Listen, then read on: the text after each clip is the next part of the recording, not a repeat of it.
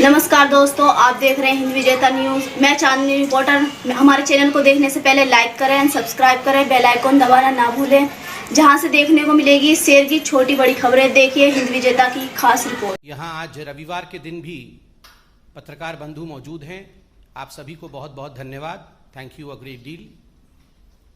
आज का ये जो पत्रकार वार्ता है, ये एक बहुत बड़ा खुलासा है। ये दिखाता है कि किस प्रकार हिंदुस्तान के अंदर एक सरगना है, हिंदुस्तान के अंदर एक ऐसा गैंग है जो कहीं ना कहीं भारतवर्ष को ही नीचा दिखाना चाहता है। भारतवर्ष द्वारा स्थापित किए हुए कीर्तिमानों को ये नीचा दिखाने की कोशिश कर रहा है। और ये सरगना जो है, ये केवल भारतवर्ष में है ऐसा नहीं है। It is an international conspiracy, एक अंतर्राष्ट्रीय साजिश है। और बहुत सारे डॉट्स, बहुत सारे जो कैरेक्टर्स होते हैं वो भारत में भी हैं और भारत के बाहर भी हैं। आज आपने अखबारों में सुबह पढ़ा होगा न्यूज क्लिक के विषय में। न्यूज क्लिक एक पोर्टल है। कुछ ऐसे पोर्टल्स हैं हिंदुस्तान में जो मीडिया का चोगा ओढ़ करके मीडिया बनने की कोशिश करती है, मगर वो मीडिया नहीं है। तो न्यूज क्लिक भी ठीक उसी प्रकार का एक पोर्टल है जो मीडिया हाउस नहीं है, मगर कहीं ना कहीं अपने आप को मीडिया के रूप में दिखाने का प्रयत्न करती है, भरसक प्रयास करती है। और आपने इस खबर में पढ़ा होगा किस प्रकार से करोड़ों रुपए, मैं उसका तथ्य आगे रखूंगा, भूमिका में पहले पूरे विषय को संजोता हूं फिर तथ्य रखूंगा।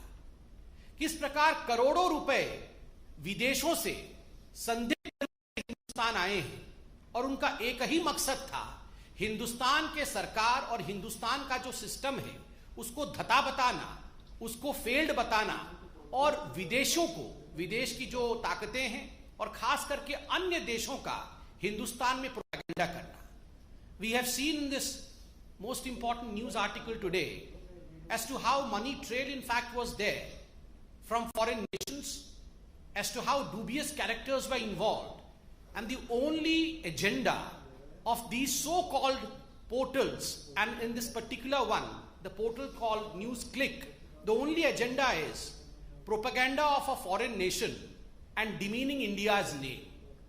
ये इस प्रकार का एक साजिश भारतवर्ष में चल रहा है। बंधुगण, आप सबने देखा होगा कुछ लोग अपने आप को एक्टिविस्ट कहते हैं, कई लोग इनको अर्बन नक्सल भी कहते हैं, माओइस्ट भी कहते हैं। ये लोग अपने आप को एक्टिविस्ट कहते हैं। ये एक्टिविस्ट और ये जो पोर्टल वाले हैं जो मीडिया का चादर ओढ़ करके अपने आप को मीडिया के रूप में प्रोजेक्ट करते हैं, कुछ विदेशी ताकतें, उसके साथ साथ भारतवर्ष के मेन स्ट्रीम राजनेता भी कुछ ऐसे हैं जिनका एक बिल्कुल सरगना बना हुआ है, एक ग्रुप बना हुआ है, और बहुत ही प्लान तरीके से, बहुत ही सामंजस्य के साथ ये काम करते हैं। और इनका मकसद होता है भारतवर्ष में अनरेस्ट फैलाना, भारतवर्ष में अराजकता फैलाना, भारतवर्ष में कंफ्यूजन अर्थात भ्रम की स्थिति को उत्पन्न करना। This is part of an international tool kit. हमने टूल किट के विषय में आपको अवगत कराया था। टूल किट का जो है पूरा का पूरा पर्चा आपके सामने रखा था। बंधुगण, आज ये जो न्यूज क्लिक के बारे में अखबारों में छपा है, जो तथ्य सामने आया है, एक बात स्पष्ट होता है कि टूल किट केवल हिंदुस्तान में कुछ राजनीतिक दल चला रहे हैं ऐसा नहीं है।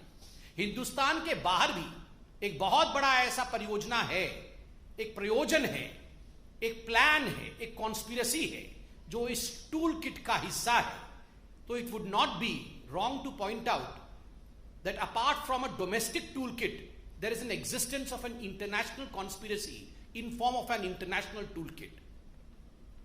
आप सब ने देखा होगा कि जब भी हिंदुस्तान में कुछ अच्छा होता है, हमारी वैक्सीन नीति आप देख लीजिए, पूरे विश्व में हमारे वैक्सीन नीति को लेकर सराहना की गई, वैक्सीन मैत्री को लेकर सराहना की गई। किस प्रकार से हमने अपने देश में, इतने बड़े देश में 130 करोड़ जनता को हम वैक्सीनेट कर रहे हैं, उसमें भी किस प्रकार से हमारे देश को बदनाम किया जाए, हमारी वैक्सीन नीति को बदनाम की जाए, यह कुचेष्टा कुछ लोगों ने, कुछ संगठनों ने, कुछ संस्थाओं ने किया है और कुछ पोर्टल्स ने भी किया है।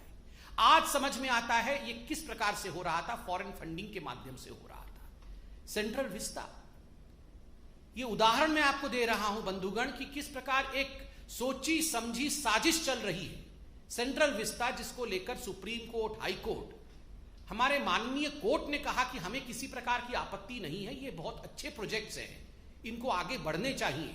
मगर उसके बावजूद जिस प्रकार से कुछ लोगों ने जिद पकड़ करके in a stubborn manner they went ahead with their agenda of demeaning the Central Vista project, friends, today we realise it was only because of the fact that foreign funding and foreign conspiracy was playing. Farmer agitation, बंधुगण, प्रधानमंत्री नरेंद्र मोदी और हमारी सरकार farmers को अन्नदाता मानती है और अन्नदाताओं के साथ किसी प्रकार का अन्याय ना हो, इसलिए हम आगे बढ़ते हैं। किंतु इस पवित्र रिश्ते को किस प्रकार से इसमें दरार डाला जाए, इसमें भी साजिश की गई। और आज ये जो न्यूज क्लिक वाला इशू हुआ है, जिसके विषय में अभी मैं संक्षेप में बताऊंगा, ये बात स्पष्ट होता है कि बहुत बड़ी बड़ी ताकतें हिंदुस्तान को कमजोर करने के लिए लगी हुई हैं। यहां कंफ्यूजन, भ्रम और अनरेस्ट अर्थात अराजकता कैसे फैले, इसकी कोशिश हो रही है। जब से प्रधानमंत्री नरेंद्र मोदी हिंदुस्तान के प्रधानमंत्री बने, कहीं ना कहीं हिंदुस्तान में तो ऐसा नेता हैं ही जिनके आंखों में वो खटक रहे हैं, विदेशी ताकतें भी ऐसी हैं जिनकी आंखों में वो खटक रहे हैं। तो एक बहुत बड़े रूप में किस प्रकार से भारतवर्ष के नाम को नीचा किया जाए, किस प्रकार से प्रधानमंत्री नरेंद्र मोदी जी की चेष्टाओं को, जो वो सुचेष्टा कर रहे हैं भारतवर्ष को आगे बढ़ाने के लिए, उसको कैसे कम करके दिखाया जाए, यह सब कोशिश की जा रही है। किंतु मैं आप कह सकता हूं कि जनता जनार्दन है, वो मोदी जी पर विश्वास करती है। आज जो न्यूज क्लिक का पूरा विषय आया है, मैं संक्षेप में आपके सामने कुछ चौंकाने वाले तथ्य रखने वाला। बंधुगण, यूं तो कहते हैं कि न्यूज क्लिक एक साधारण पोर्टल है। देखिए, इस पोर्टल का नाम पीपीके के नाम से, PPK NewsClick studio private limited के नाम से है। इसमें किस प्रकार से बाहरी ताकतें फंड भेज रही थी भारतवर्ष में, और किस प्रकार से इन फंड्स को लेकर ये फंड कहां जा रहे थे, किन लोगों को ये फंड दिया जा रहा था, मैं इसका खुलासा अभी करने वाला। ये जो पीपीके कंपनी थी जिसके अंतर्गत न्यूज क्लिक आती है, इन्होंने एफडीआई, फॉरेन डायरेक्ट इन्वेस्टमेंट, विदेशी निवेश को एक्सेप्ट किया, लगभग 10 करोड़ के आसपास, 9.59 करोड़ का। दो मुख्य कंपनियों ने पैसा दिया, जिसका नाम है world wide media holdings LLC, और दूसरा है यूएसए का डेलावेयर, जिसका नाम है WWM।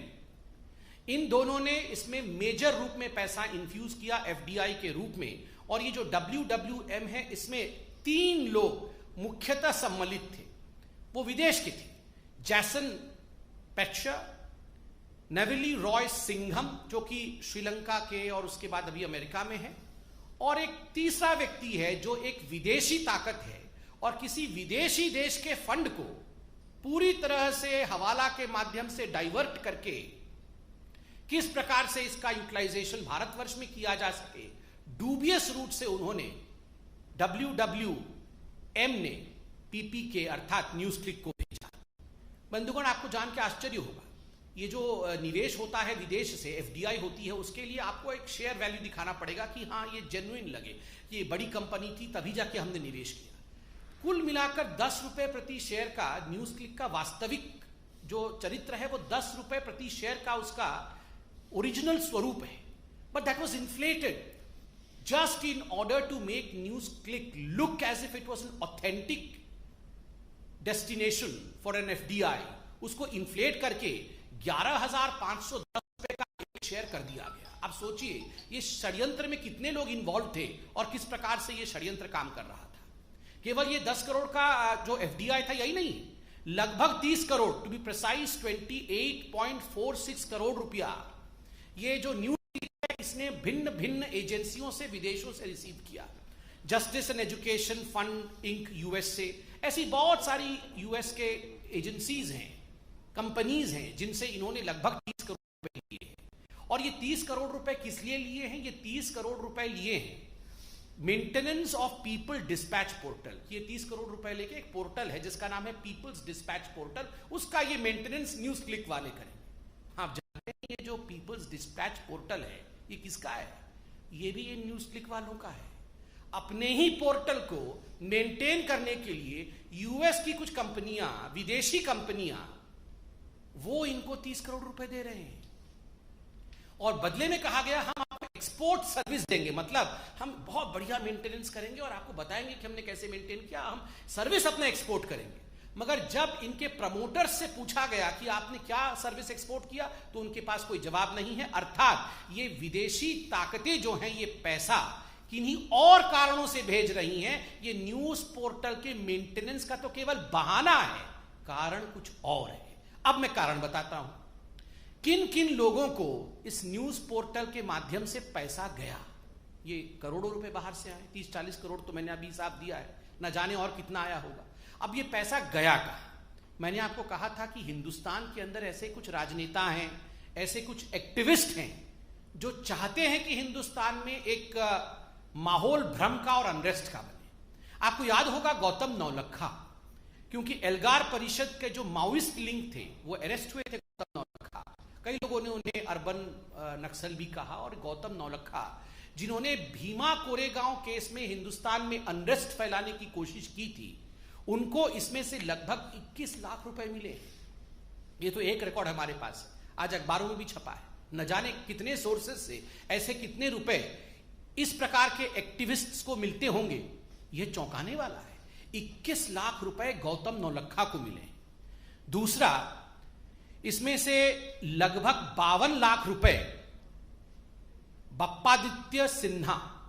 बप्पादित्य सिन्हा कौन है? बप्पा आदित्य सिन्हा है, ये एक बहुत प्रमुख व्यक्ति हैं, शेयर होल्डर भी हैं न्यूज क्लिक के, पीपीके के।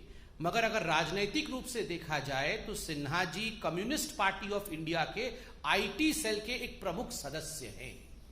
कम्युनिस्ट पार्टी के आईटी सेल के एक प्रमुख सदस्य हैं मिस्टर सिन्हा, और उनको 52 लाख रुपए दिए गए थे पीपीके कंपनी द्वारा। खुद वो शेयर होल्डर भी है।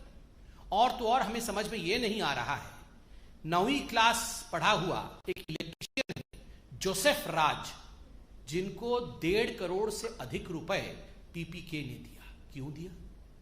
ये सारा पैसा किसी के माध्यम से किसी और को दिया जा रहा है। क्यों दिया जा रहा है?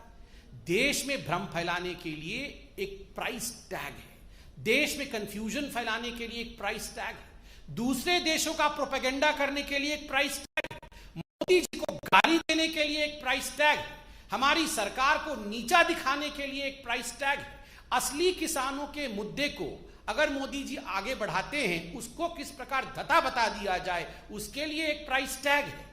सीएए पे किस प्रकार से रोड जाम कर देना है, अगर आप करने में सक्षम हैं तो एक प्राइस टैग है।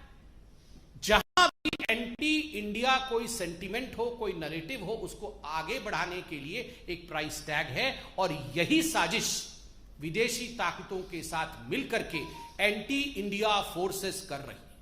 आज बीजेपी सिर्फ अंत में इतना ही कहना चाहती है कि जीतेगा तो भारत ही, भले कितनी ये देश विद्रोही शक्तियां, देशद्रोही शक्तियां, एंटी इंडिया फोर्सेस चाहे कितना भी काम कर ले, कितनी भी षड्यंत्र कर ले, कितने भी विदेशी देशों से पैसा ले ले, मगर जीतेगा भारत ही, क्योंकि भारत की जनता बुद्धिमान है, समझदार है। इन सभी विषयों पर वो सोच समझकर अपनी कदम आगे बढ़ाती है। धन्यवाद बंधुओं, कोई प्रश्न हो तो अवश्य पूछें।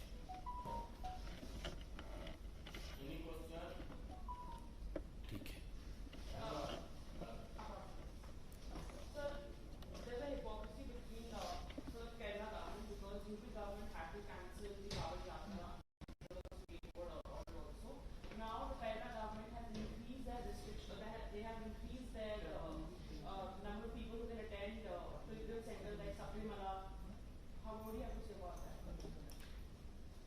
See, as far as COVID is concerned, it is a matter of concern. We all have to follow COVID appropriate behavior. The Prime Minister of the country, the government of the day, the Supreme Court and all other courts have instructed us, have advised us accordingly. But I firmly believe that selectivism is something which has been taunted, which has been in fact called out by the citizens of this country. As far as the Kerala government is concerned, the news that has come out today, that despite the fact that the state of Kerala is reeling under high pressures of COVID, we have increased COVID patients there. We have to take great many steps to see to it that people do not fall ill. But is it appeasement? what Kerala government is doing is something which people are asking. I firmly believe that the Kerala government would heed to all these advices and will see to it that the citizens of Kerala are protected.